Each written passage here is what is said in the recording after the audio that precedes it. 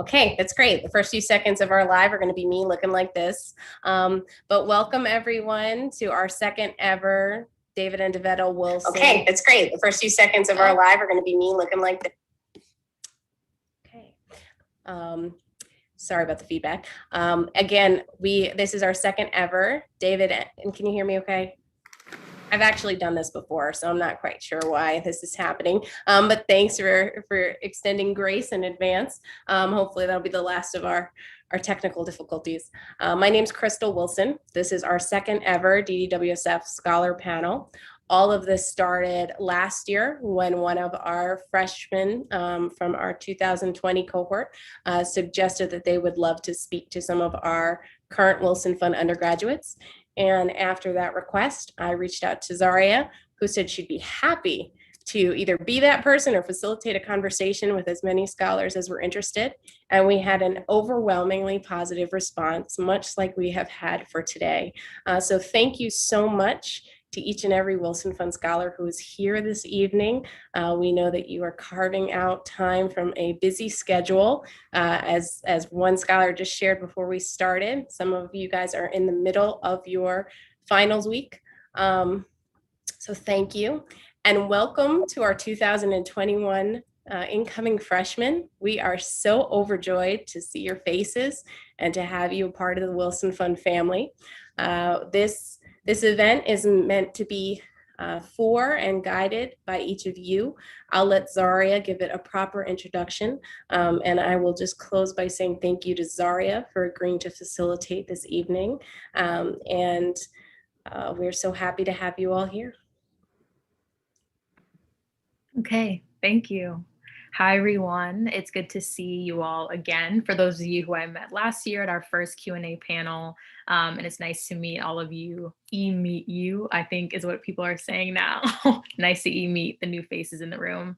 As Crystal said, this is really just a space that we're trying to cultivate so that we can have honest and authentic conversations about the college experience right now from the students who are experiencing it firsthand.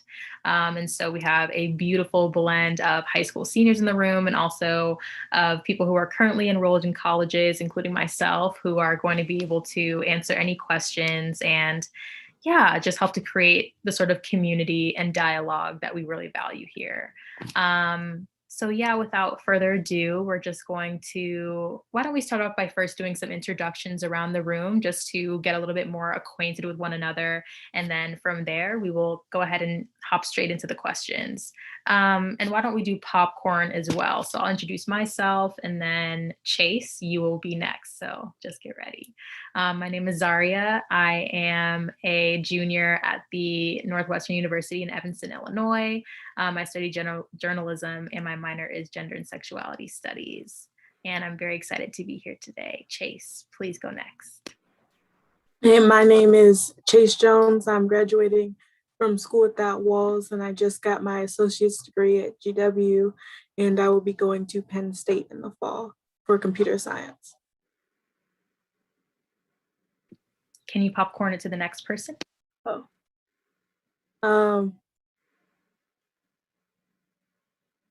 Allison. Hi, so I'm Allison. I attend Bethel University. I'm a junior there, and my major is early childhood and elementary education. And I'm excited to be here. And I will call on Andrew. So I am not Andrew. I'm Andrew's mom. And Andrew, I am so sorry when he filled out the things. Monday was a better day for him, but they're getting closer to. Andrew goes to Five Towns College, where he is doing musical theater, and they're getting ready for their show. And it is crazy because their semester is going to continue till June. It started in March, it was late, and it's going to continue to June. So he could not make it. I just wanted to pop on here. I just wanted to make the apology for him. But and this is really nice. Everything that you all are doing for the students are really nice. I'm a big fan of everything. Thank you. Thank you for sharing on Andrew's behalf. Faith, do you want to continue for us and then popcorn to the next person? Hi, my name is Faith Hodo. I am a first-year student at Spelman College, and my major is health sciences. I'm also very excited to be here, and I will pick Elizabeth. Hi, my name is Elizabeth Fulton. I am graduating this year from Lakeside High School. And I guess I will ask Juan de la Garza. Hi, everyone. My name is Juan de la Garza. I am a junior right now going into my senior year at Rice University in Houston, Texas, studying chemical and biomolecular engineering. Let's see. How about Harsh Patel? Hi everyone, my name is Freshm and I'm from Orangeburg, South Carolina. I'll be graduating from Orangeburg Wilkinson High School and I'll be attending Dartmouth College in the fall. I always forget about the popcorn. Let me popcorn it to Crystal if she counts.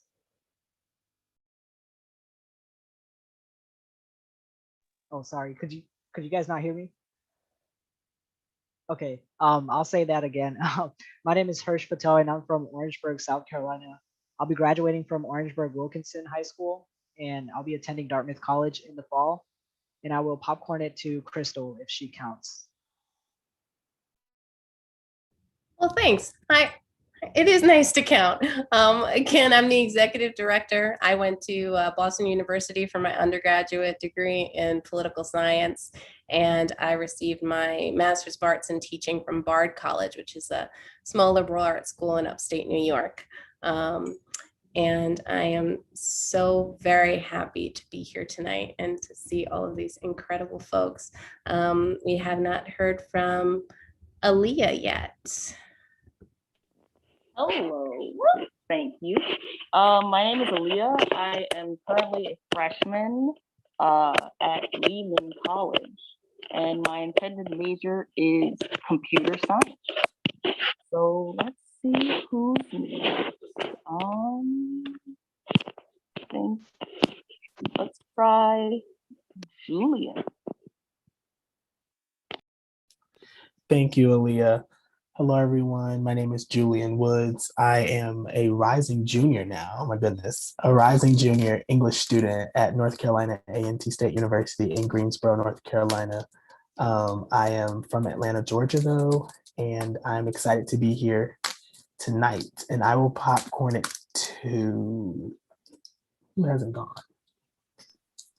Eniola, Evamello. Evamello. Hi, everyone. I actually go by Eva to make it easier. I am from Detroit, Michigan. I'm graduating from Cass Technical High School, and in the fall, I'll be attending Michigan State University. And I'll pass it to Eniola.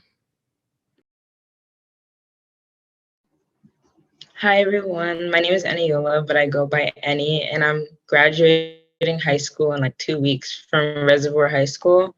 And this fall, I'll be attending the University of Pittsburgh with a major in health sciences and a minor in dance. Amazing. I think that's everyone, right? Yeah. Okay. Well, congratulations to all the high school seniors who are moving on to the next chapter of their lives and being accepted into college. That is huge. Round of applause for all of you. Very exciting stuff. And congratulations to those who moved up another year in college as well. That's not an easy feat either. So congratulations to you as well. So we're just now gonna go ahead and hop straight into the Q&A portion.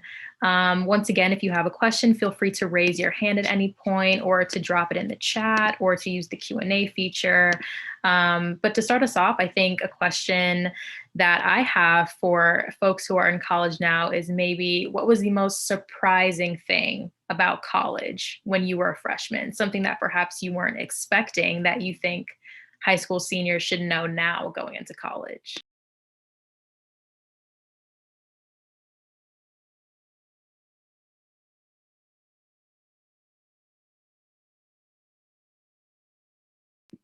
Aliyah, go ahead. I know it might sound weird, but like me starting, I kind of sort of missed out on like the cafeteria lunches, not the food itself, but I mean like going down to the cafeteria and like interacting with other people.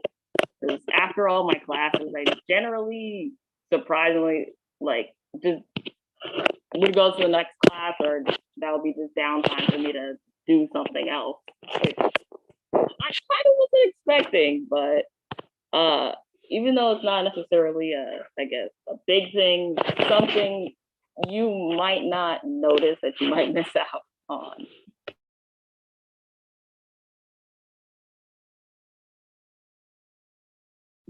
Yeah, absolutely. Thank you for sharing that, Aliyah.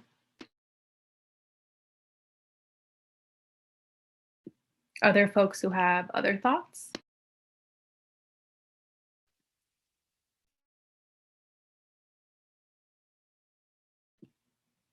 Juan, you can go next.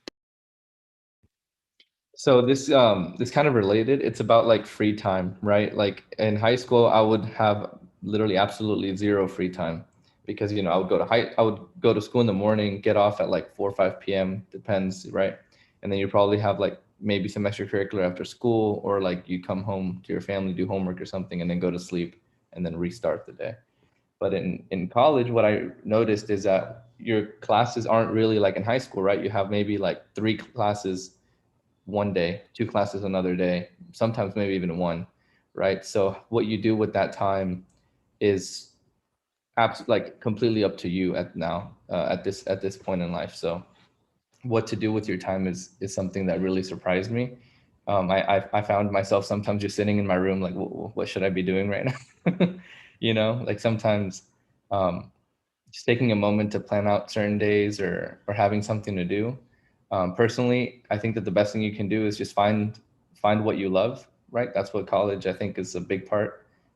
That's a big part of college, and use your time wisely. Managing the free time that you have now, I think, is a big part. Definitely. Allison, what do you have to share? Yeah, I'd echo that. And I would say one thing that kind of surprised me was with friends, just be open to, meeting a ton of people and just going and hanging out with people. I know when I started college, I was like, yep, I got to find my lifelong friends right away. And that's not always how it works. So just being open and being willing to just put yourself out there and walk up to a new person and just say, hi, I don't know anybody. Let's, just chat for a little bit. So.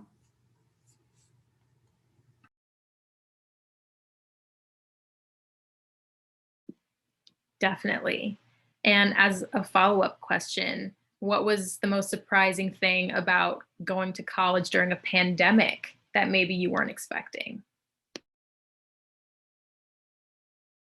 Besides the obvious, which is that you weren't expecting to be in a pandemic as a college student at all. That's the obvious answer. But what else were you not expecting about the process of transitioning to virtual school, for example?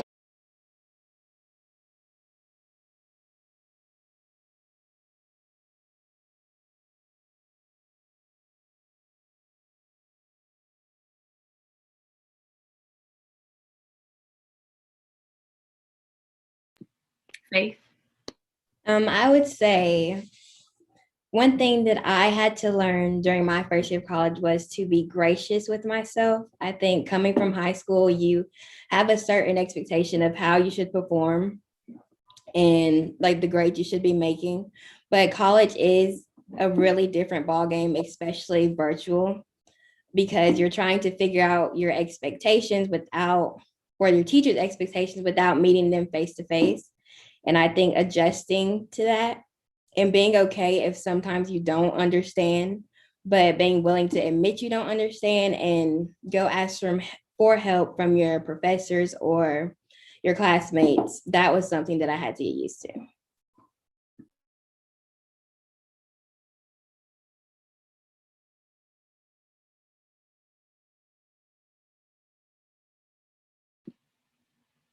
Some more follow-up questions that someone just put in the chat. Have you all grappled with isolation? If so, is it something you found a way to overcome? And if so, how? If not, what can you do to overcome this? Thank you for that question, Tanya.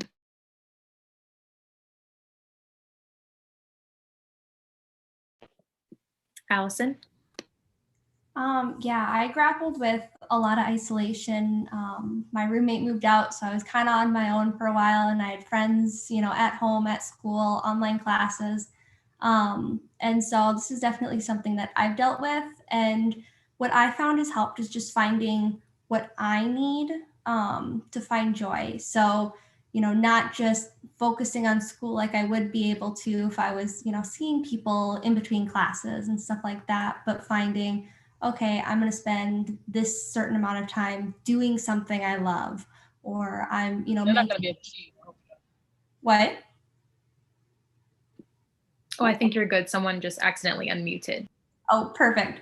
And just making sure you're still reaching out to friends, because it's really easy to just kind of hide and not reach out to people as much. So making sure that, yeah, you're gracious with yourself and you're making sure that you have what you need.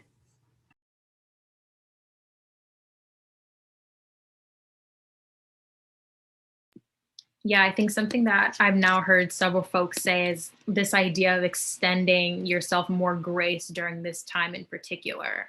I think that living through a global pandemic already is enough to, harm one's mental health. And then on top of that, we're all students. And so it makes sense and it's normal that we are grappling with just a new lifestyle. So I just wanted to emphasize this idea of grace that you all have already been bringing attention to, because it's really important. Aliyah? Well, personally, I didn't necessarily mostly the biggest issue I had staying in isolation is just the fact, I don't know, my bed is near a window and I kind of was a little afraid to go outside. But because my house is near really close to another one, but I would say people should generally, if they have a closed area, if they can, just go outside and enjoy nature. That really helps.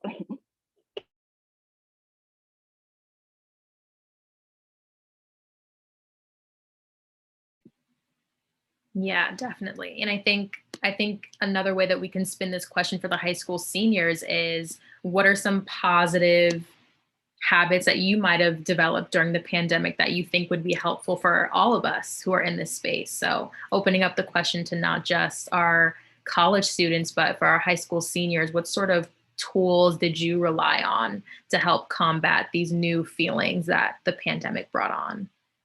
Aliyah, did you have another question, or was this your same hand from before? Oh yeah, sorry. No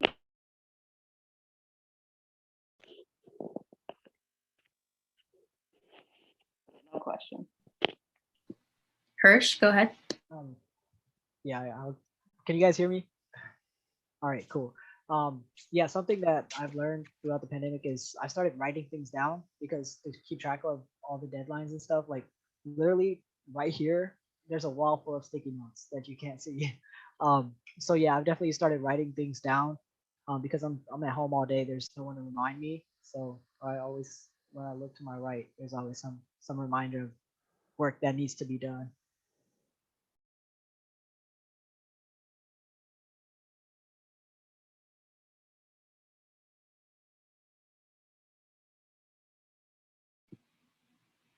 Any other thoughts on this, on how folks have been able to navigate the pandemic while also being a student? Chase, go ahead. I started putting my Zoom calls in my Google Calendar, so that way I was for each of my classes, I would do it. So I always had to check my calendar daily, and I always had all of my assignments there with a link to the syllabus or the assignment. So that made things a lot easier, because I usually wouldn't write things down. I would just have it in a folder.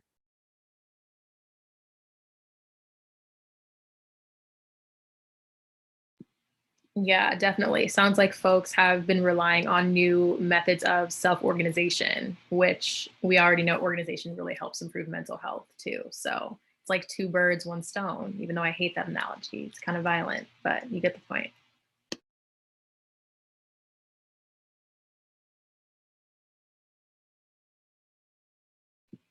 Do we have any other thoughts on different tools folks have been using during the pandemic, or any other questions that we're sitting with right now in this moment?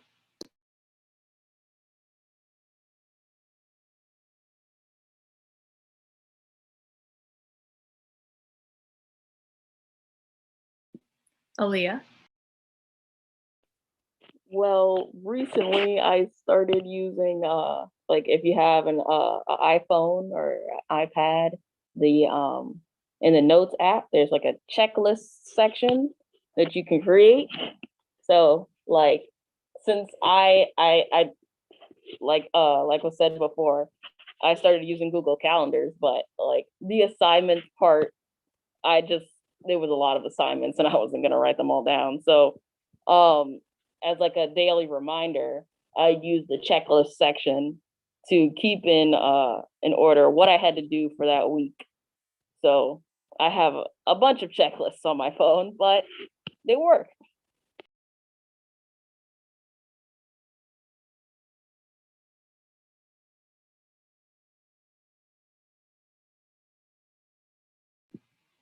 Definitely. Another question that I'm thinking of is, what are some questions that our high school seniors have? Like, what are some of the things that you all are thinking about when it comes to college in the fall? You can feel free to just drop that in the chat, raise your hand. Just give me maybe one or two words that describe how you're feeling or what you're thinking about.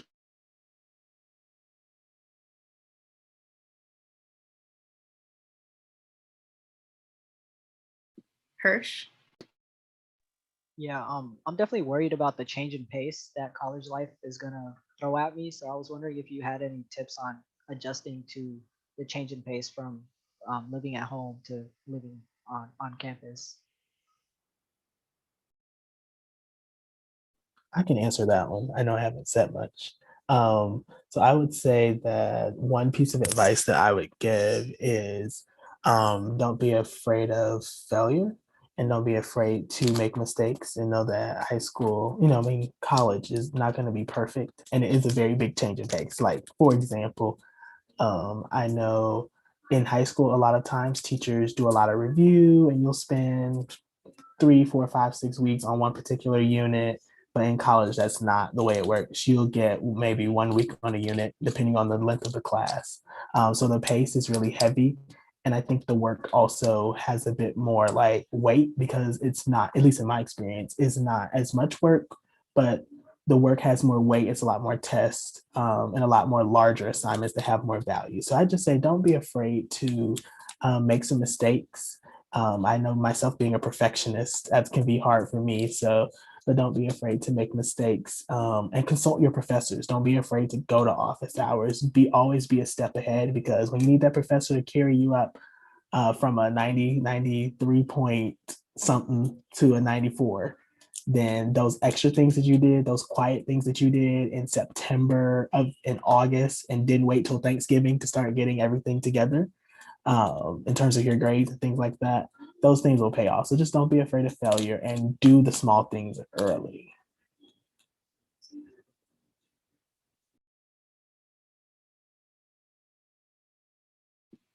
Faith?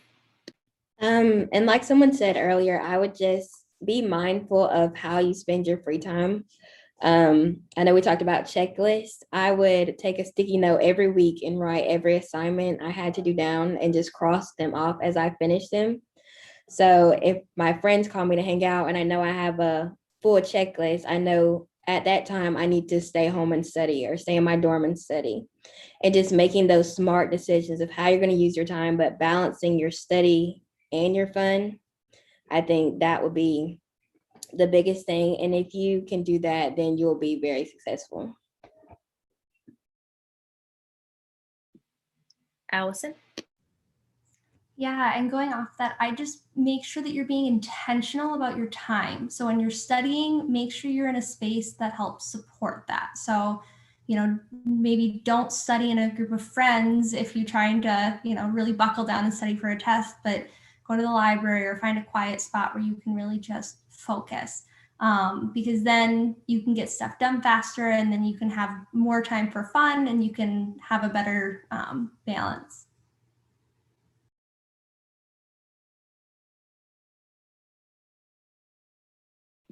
Juan. So one thing that I found really helpful, it's just a small thing, but usually in high school, when I would start an assignment, I would sit down and I would start it and I wouldn't get up until I finished it, right? But in college, it's like a whole different ball game, right? Like I get like, I don't know, 6, maybe 7 assignments sometimes. And I'm just like, well, like where do I start? Like I don't want to, by the time I get to like the third one, I'm already behind on the rest, right? So I found it really helpful to, for instance, if an assignment is given to me on a Monday, that same day, I just start it. Like I don't worry about ending it, but as long as I start it, get a look at it, start to understand, well, like I don't understand this, we haven't gone over this. So then by the time you get to the next class, you know what you're looking for. And then it's already like in the back of your head and it makes everything easier, basically. And it's like a mental reminder that it's something that you need to get done. I think something that I would say is to trust yourself as well. I think that there is a lot of pressure placed on that transitional period between high school and college, and there doesn't need to be. You worked really hard the last 4 years. You had all your ducks in a row. That's how you were able to get so far. Like you've done all the work. You already have a huge, valuable skill set in your roster that you can rely on. And so I think it's important to be patient with yourself and trust yourself and know that you can handle it. Even if the workload does pick up, even if the times feels like it's fleeting or, just know that you've done it before. You've done it for, at this point, how many years of school? 12? I don't know. You've been in school since you were 5 years old. Like, you know how to do school. You have what you need. Just the hardest part is not overworking yourself. So, you got it. Just remember that.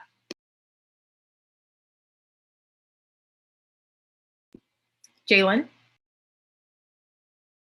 Hello, can y'all hear me?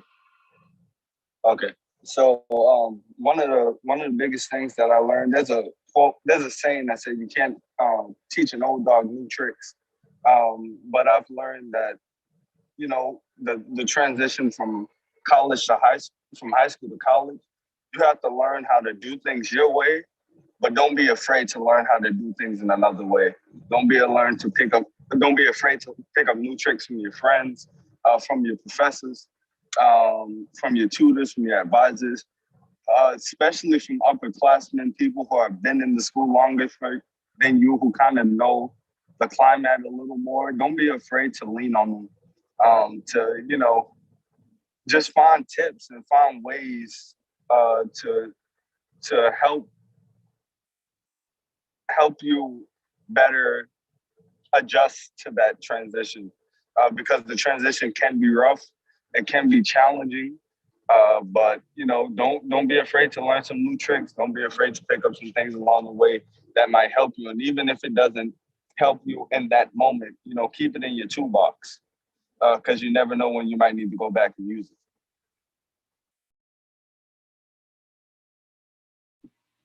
Yeah, definitely. That's a super helpful reminder, Jay-Len, to always stay open and receptive to learning new things while still relying on the tools that you already have.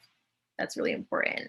We have some more questions in the chat. So our first question is, if you've ever struggled with trusting yourself, what strategies have you used to regain that faith?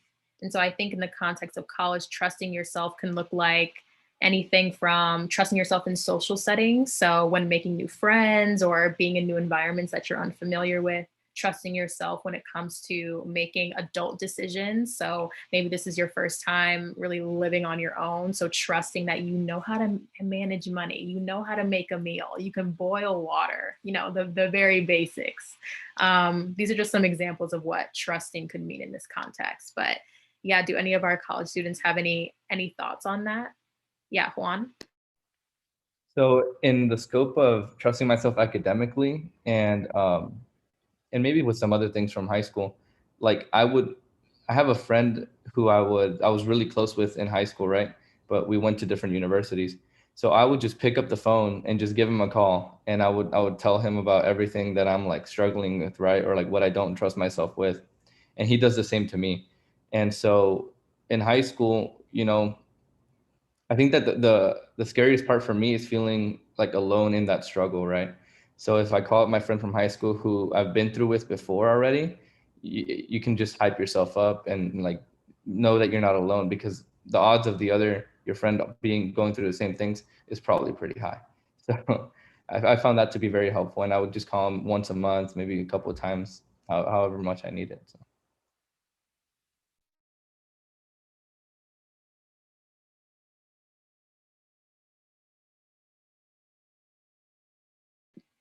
Faith? I would definitely agree. I think talking about it with someone else helps a lot because it does help you recognize that you're not in it alone. And sometimes that person can remind you of who you are and what you bring to the table.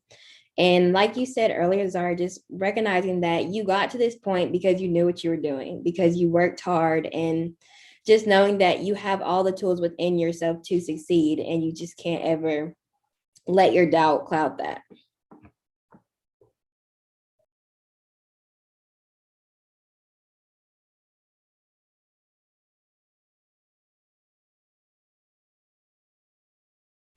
While folks are still sitting with that question, we can also be thinking about another one, which is, speaking of overworking, what are some self-care practices you can share? Very good question.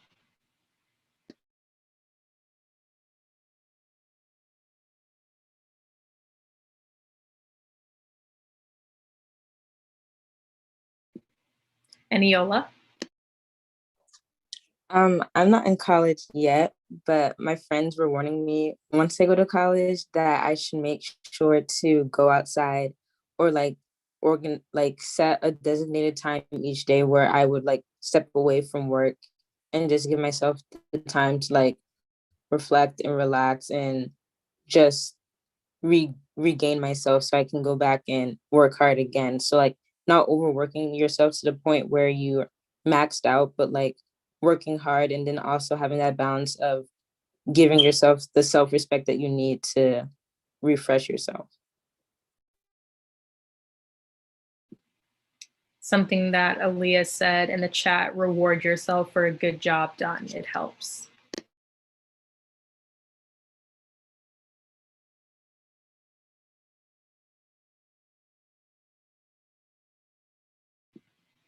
Yeah, I think when it comes to self-care, something that folks have already mentioned earlier is about being intentional with your time. I think when I got to college, that was the first time that I had to schedule like self-care time. Like I had to force myself to not do any homework, to take an actual break from being consumed, because I think a common college experience is once you're really wrapped up, not only just in schoolwork, but clubs, and then you have friends, you sort of find yourself getting into a routine and very quickly get bogged down. I think that's why a lot of folks struggle with something called burnout.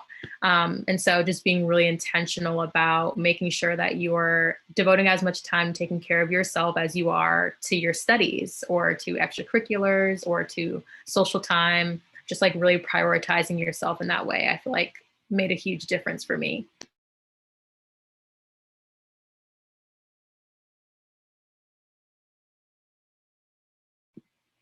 Just wanted to echo something that Aliyah said in the chat, which is to do something that you like as another form of self-care. For example, I went to go see In the Heights, cleared my schedule, and said nothing is going to stop me from watching this. Okay.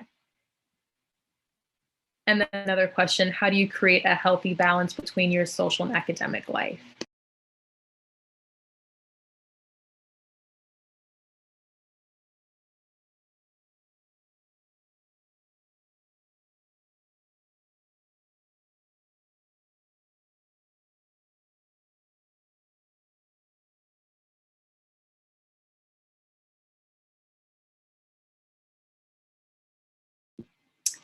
I'll start us off. I'll answer this one.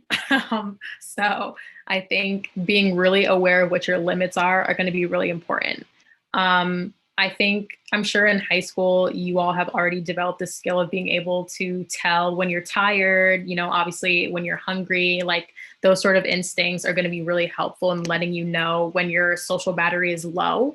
So really paying attention to like, do I feel drained this week? Like, what do I need? Do I need to go out and be surrounded by people, or would I be more energized by staying home and having a really nice snack? So I think getting really real about what it is that you need as a person to feel your best is going to be really helpful. Especially when you're on a campus and everyone's pulling you in every direction. There's going to be parties, people doing this, people trying to get you to join this club. Like, it'll be really important for you to have established some boundaries for yourself so that you don't get burnt out so quickly. That would be my advice. I don't know if other college students in the room have some advice.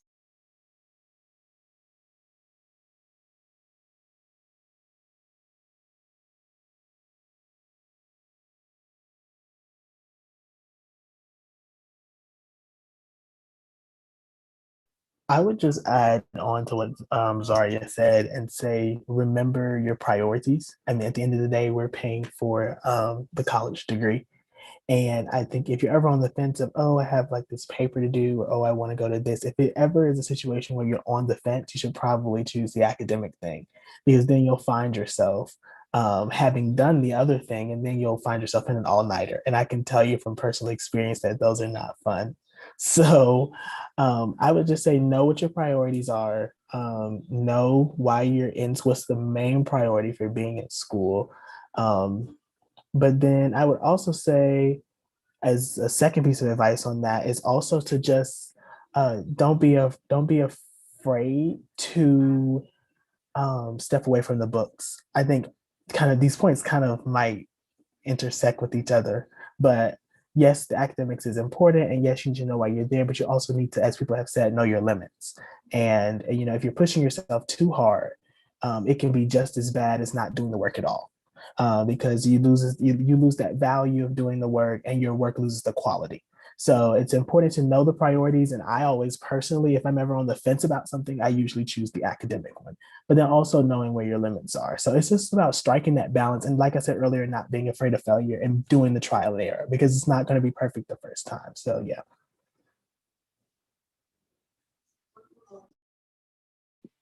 Faith?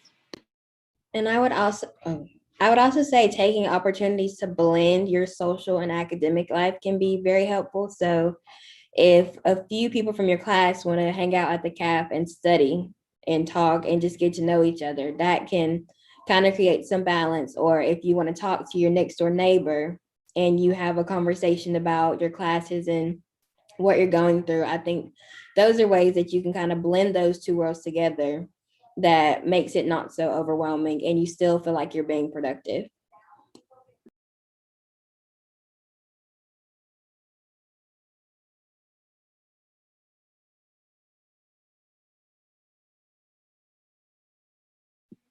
Definitely. Any other thoughts on this question? I just While wanted y'all to are- echo. Oh, go ahead. Oh no, go ahead, I Julian. just wanted to echo Faith. I didn't want to say anything else on this question, but I really like that idea of blending the two, especially because I know all of you are going to be wildly successful in like your academics. I'm sorry, you're going to be wildly successful in your academic endeavors. So you're probably going to, become a part of honor societies, and honor societies are a lot of great ways to branch out of your comfort zone and meet new people, and combine the aspects of going to club meetings and participating in club activities and joining executive boards and things like that with the academics. So I just wanted to say that's an excellent idea that Faith put forward. Because social life isn't just the parties and all that stuff. It's also the on-campus social life of feeling connected to things outside of your classroom, but still on that campus community, so you can find friendships. Yeah, for sure. Thank y'all for all of this insight. While y'all are still sitting with that previous question, we can also sit with this one that's in the chat, which says, did any of you have to navigate accommodations from the disabilities office? And if so, how was your experience?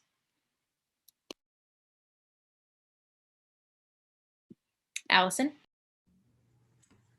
So I found out about a month into my freshman year of college that I had to have a foot surgery. And my college is full of hills and stairs and a ton of different things like that. And so I talked to the disability office about that. And there wasn't a ton they were able to do. They helped me get a bus schedule and stuff like that, but they were super helpful and they really want to help. So yeah, if you need any accommodations, I would highly recommend reaching out to them as early as possible so they can get everything in place for when you arrive on campus. Aliyah? Well, I personally haven't interacted or had any necessarily. Anyways, what I'm trying to say is that at least in Lehman, the professors are constantly telling us to, if there's any help that you need, tell them. They are very, very, very flexible in the way that professors themselves will adjust their schedule so that it'll work with whatever needs that you need to be met. So only thing is that, at least at Lehman, just and any college anywhere, just tell them and they'll provide. They're more than happy to provide. Jay-Len? So I myself haven't had to directly deal with the disabilities office for me, but I have been an advocate for one of my friends. And what I've found is that on a collegiate level across the nation, there's been a big push toward equity and accessibility for those with disabilities, whether they are physical or mental. Or social, whatever kind of disability that you may have, whether that's dyslexia or autism, or, you have a broken hand or a broken foot. Colleges are really accommodating, as well as, like Aliyah said, professors, just letting your professors know of your situation. Professors are usually very lenient. They'll work with you. If you're upfront with them, if you're honest with them, they'll really try their best to work with your schedule, to work with your situation, and kind of find the best way that they can support you in your endeavors. So I would say, there's usually a special office on campus that handle those things, and those people, they're usually very pleasant, they're very nice, they're very accommodating, and they're always looking for ways to help you out and, just get you what you need, because that's really their mission.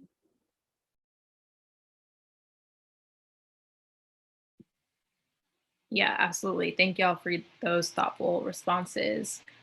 Just going to continue pushing out some questions just in the interest of time, because we want to make sure we're able to answer all of them or as many as possible. So the next one is, so many of you are community minded. For our enrolled undergraduates, have you been able to find ways to get involved on or off campus? Do you have any advice for others regarding finding a niche to serve? So we're talking about community service in this context.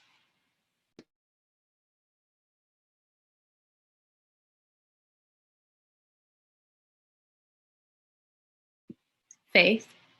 Well, I'll say my school requires all students to do at least 24 hours of community service by the time we graduate.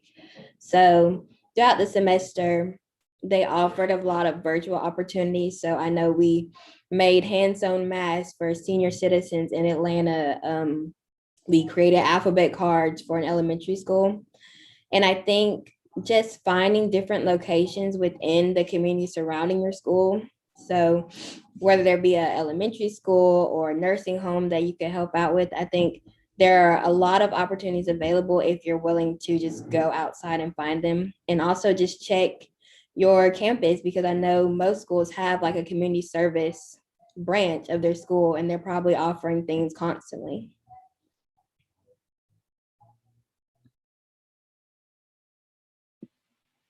something that Crystal said in the chat, and students have a lot of rights under the American with Disabilities Act. So never hesitate to advocate for yourself or ask for support finding resources. Okay. So some more good insight there when it comes to that disability question that we were addressing earlier. Another question. Oh, I'm sorry. Go ahead, Juan. I'm sorry. About the finding community service or ways to go about that in college. I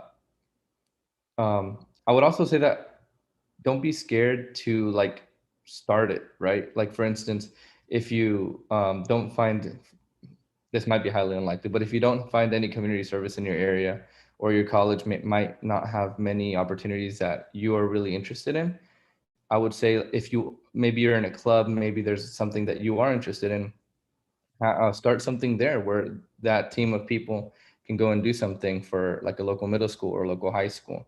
For instance, I'm part of a like Students for the Exploration and Development of Space, which has nothing to do with community service, right? But we sectioned off like one sector, you could say, right, of the club to go to a local middle school and teach them about like space exploration and all the fun things about it. And it worked out pretty well. And as a student, you have a lot of resources with your university. There's a lot of opportunities for you to start whatever you want. So that could also be another option when looking for community service. Yeah, definitely. So sounds like being able to seek out potential opportunities both at your college campus, but also in the literal city and communities that your college campus is a part of. That's really good advice. So another question that we had was, have any of you currently enrolled in college found yourselves in a situation where you had to lean on your support network? If so, how did that go?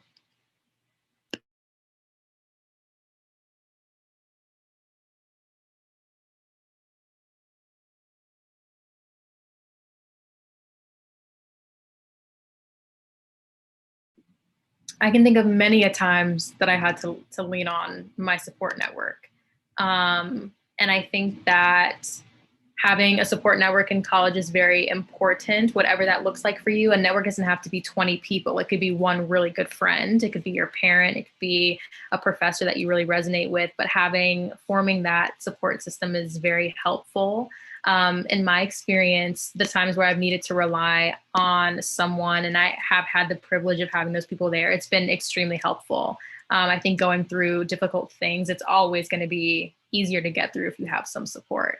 So definitely would recommend being as intentional about maintaining your close relationships when you do enter college as you are about making new ones.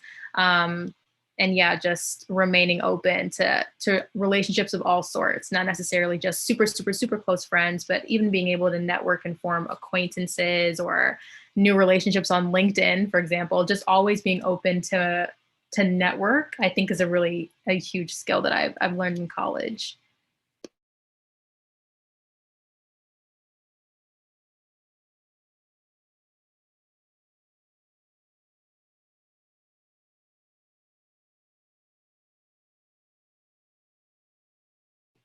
If folks are still thinking about that question, another question that we received is, do y'all think it's better to stay on campus or go off campus for leisure activities? How often did y'all go off campus in your freshman year of college?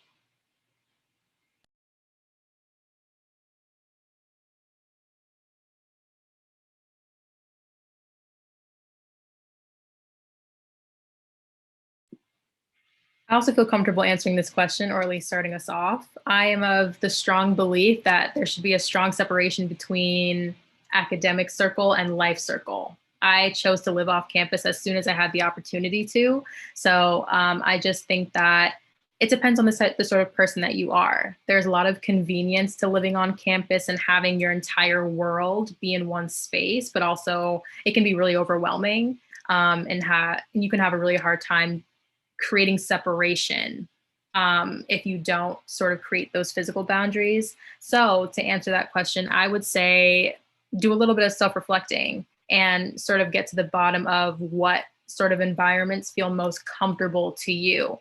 If you know that you don't really love super loud spaces or being around people all the time, then maybe doing a lot of activities or living on campus for an extended period of time is not going to be ideal for you. It'll be more like compartmentalizing your life in that way. So yeah, I would just say reflect on what feels comfortable and then allow that to dictate sort of how you approach how much time you spend on your campus. Do other college students have thoughts about this?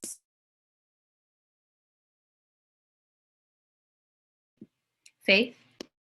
Well, I'll say this has been my first year in college, so I haven't really been on campus yet, but my school only allowed first year students on campus, so there weren't a lot of activities for us to do anyway because there was no one to really run them. So I know a lot of my friends did spend a lot of time outside of campus and exploring the city. And I think that can be a good thing because it does give you a chance to see what you're surrounded by and get new experiences. If you're like me, I'm from a smaller town and my school is in Atlanta. So it is a great chance for me to see and experience a lot of different cultures and a lot of different things that I may have never seen if I didn't go outside of the Spelman gates. So I would say it's good to have a balance of both. For sure. Allison? Yeah, just kind of piggybacking off what you two said. I think a balance is really important. It's important to have, especially if you're living on campus, it's important to have friends on campus and places that feel comfortable and groups you can be a part of. That can help you really connect to your university, connect to other people.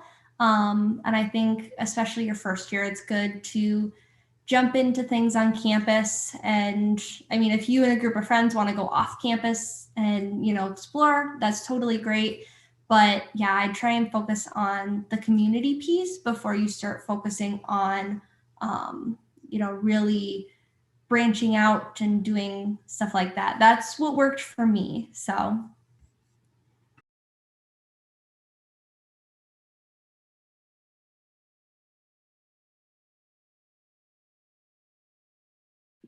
Definitely. Any other thoughts on this, on creating this balance?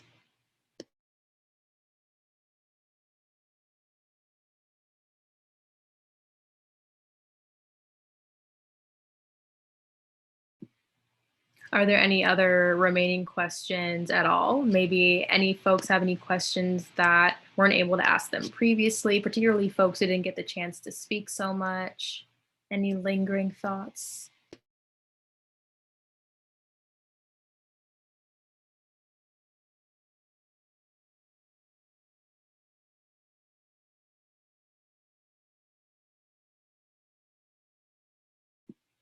Aliyah? I suppose then might be like a question towards then all the high school, the graduates. How are you guys feeling like going into your first year now? Like, are you excited or anxious or anything? Any feelings?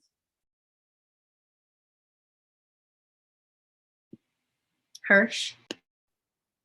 I'm both nervous and excited. I'm excited to be moving away from the house and get a chance to, be independent for once. And I'm nervous because I chose my college without ever visiting the campus. Like college admissions in a virtual space was not so great, but we went through it, we lived it, we came out, and we're gonna be on campus. Hopefully, well, at least my college will be in the fall. So I'm excited for that, but nervous because I've never seen the school.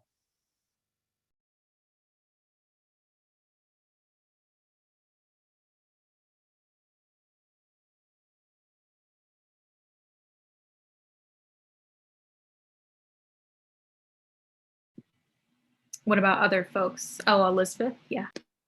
Well, I'm also excited to attend college. I had never visited the campus of the school that I'm attending.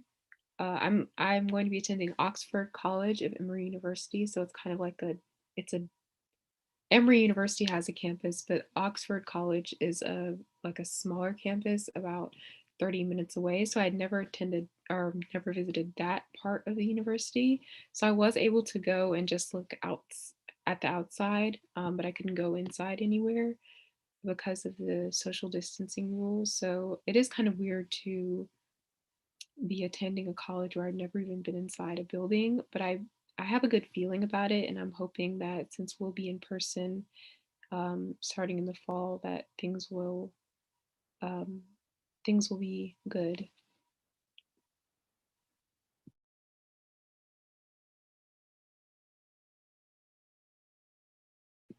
Eniola.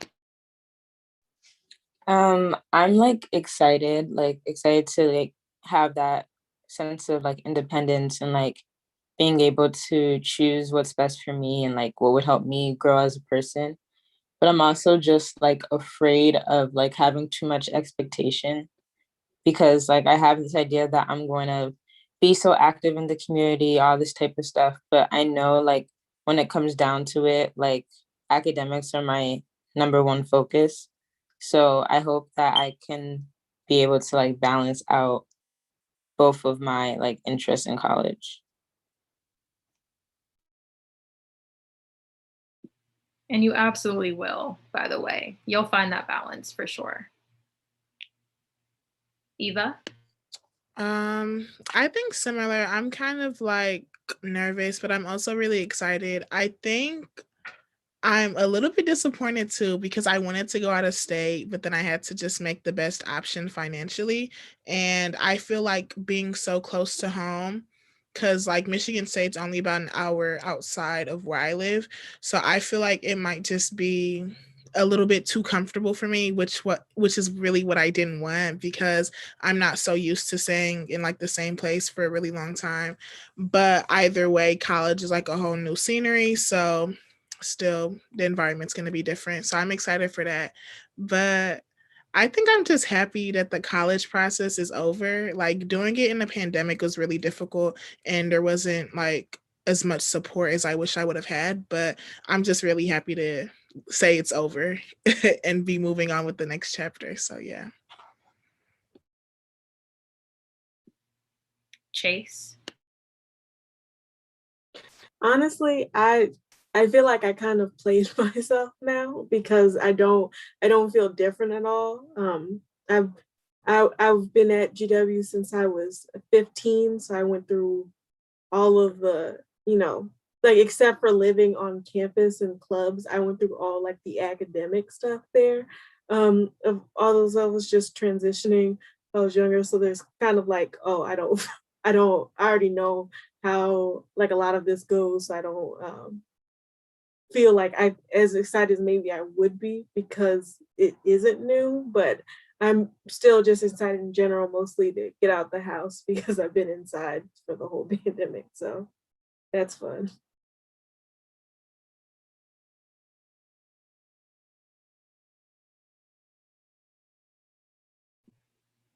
Any other folks want to weigh in on how they're feeling?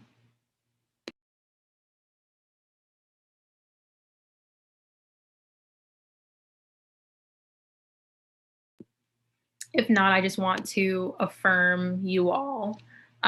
Being a first year in college is very scary. Going from feeling very comfortable in high school and knowing what you're doing and, sort of having all of your ducks in a row, and then going to college where it seems like it's a completely new landscape and everything's so fresh and it almost feels like you have to develop a whole new skill set. But I want to affirm you all and promise you it is 10 million times less scary than it seems. As soon as you actually step onto the campus and go through the motions, it'll feel like riding a bike all over again because, like I said earlier, you've done this already. Like, the school part, you've done the student scholar part, So I just wanted to help alleviate some of your fears and let you know that it is about to be a very transformative experience. And it's going to be a good one and you have complete control. So no worries. But that is it for our time together today. Thank you all so much for your honesty and your vulnerability and your candidness. I hope that this conversation was helpful on both sides. And yeah, I think I'll just leave it up to Crystal, I guess, to close us out officially. But thank you all for allowing me to be in the space. It was really great to meet you and be able to host this conversation again. Thank you for the claps. Thank you. Thank you. Thank you, Saria. As always, you're exceptional, and we appreciate your facilitation skills. Your affirmation is echoed by the entire scholarship fund. I think I speak on behalf of our directors, volunteers. I can tell this year's cohort, we had to rapidly expand our volunteer reader base. And every year our volunteer readers have just totally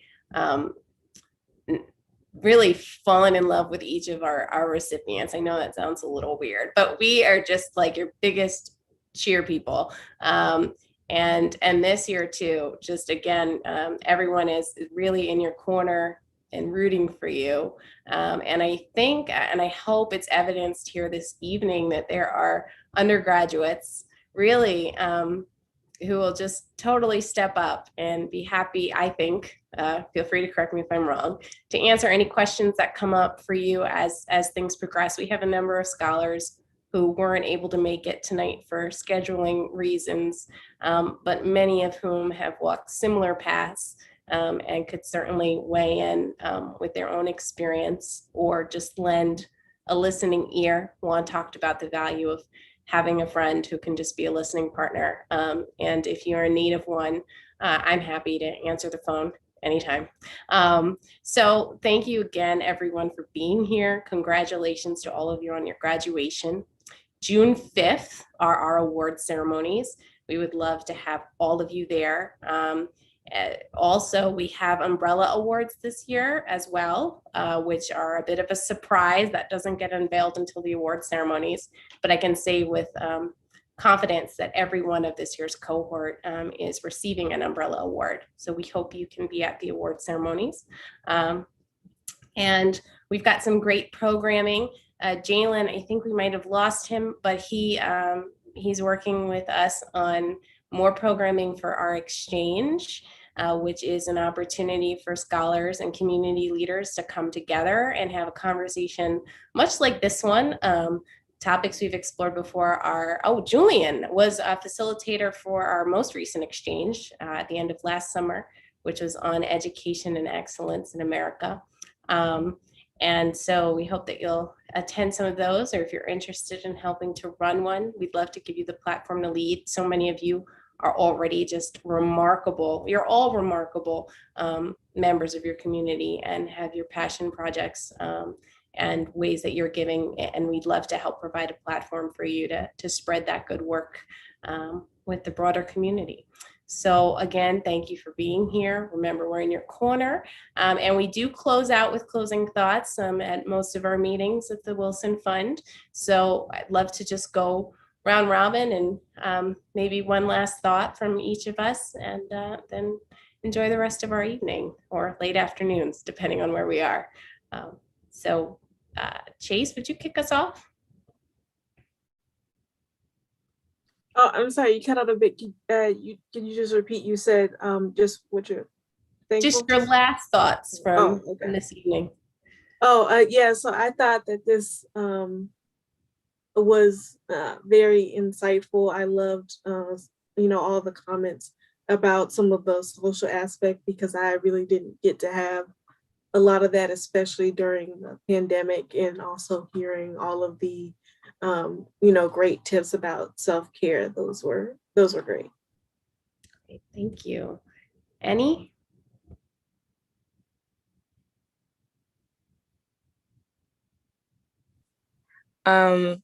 So I just want to say thank you for organizing this meeting, because it was really helpful to get some insight before I go to college and try to prevent mistakes from happening if I can.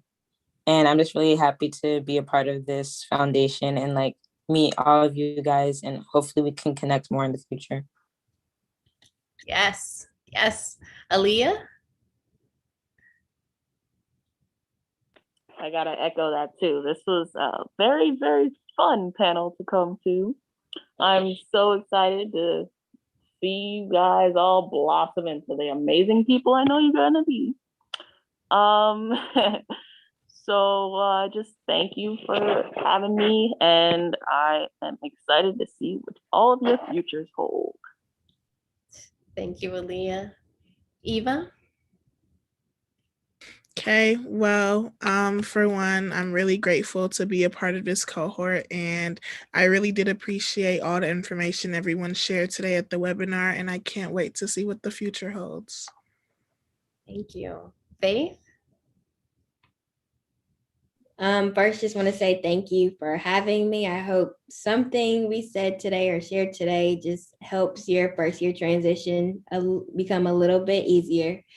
And I'm just excited for you guys to see what each of your journeys look like. Thank you. Allison?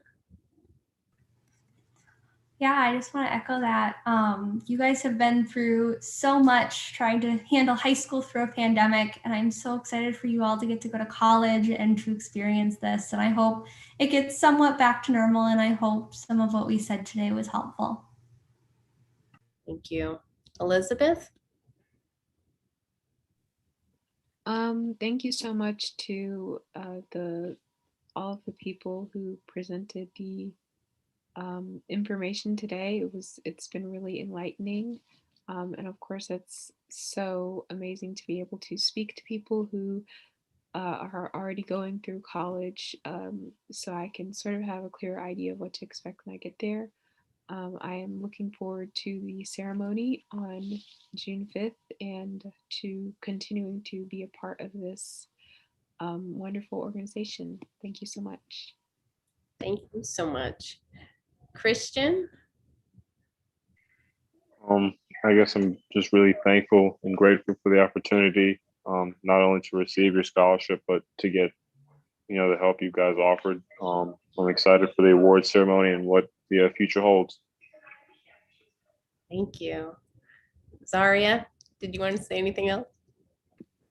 I'm just that I'm wishing everyone like a very healing and peaceful fall semester or quarter. You're all like amazing. So I just wanted to reinforce that you totally have it under control and that it's gonna be great. Thank you. Juan? So I would like to thank the Scholarship Fund for having this and for having me here. And the last thing I want to tell all of you high school seniors before going to college is, this is a quote from a Rocky Balboa movie by Sylvester Stallone, but I've lived through it. I've lived by it my high school life, and I've lived by it my 3 years of college so far. But it basically comes down to, you win by getting back up after getting hit hard in anything in life. It's not about how hard you hit. It's about how hard you can get hit and still keep moving forward. So no matter how many mistakes you made, because they're gonna happen, just remember that. And it always helped me, and I hope it helps you guys. Well quoted. This Italian American is all about Rocky Balboa. Hirsch? Yeah, thank you for all of the insight, and also special shout out to Zaria. You were amazing. Really fantastic speaker, and I'm certainly inspired. That was so sweet. Thank you. Thank you. Julian, you want to close us out? Sure. Thank you, Crystal, for everything that you do for the foundation. Congratulations, Zaria, on another well-led event. Congratulations to all the scholarship recipients. And I guess my last point would be to the new scholarship recipients, don't be afraid to lean on David and Dovetta Wilson Foundation. They are very much not like any other scholarship organization. They're not just going to, hand you the check and go, but they're truly going to be here with you your entire 4 years and hopefully long after that, but in particular, your entire 4 years. So don't be afraid to call them for advice. Don't be afraid to ask them if you need support. And I genuinely do mean that. So that would be my last remark, and have a great evening. Thank you so much. And I do want to let everybody know some exciting news. You're going to save it for the awards ceremonies, but I want to tell you all now, Julian actually was was elected to the board of directors this year. So he can help to represent the scholar voice and you guys in our leadership team. And you are all always welcome at any board meeting you want to come to, because we truly are led by where you guys point us. So thanks again for this evening, and look forward to seeing you, working with you, and supporting you from here on out.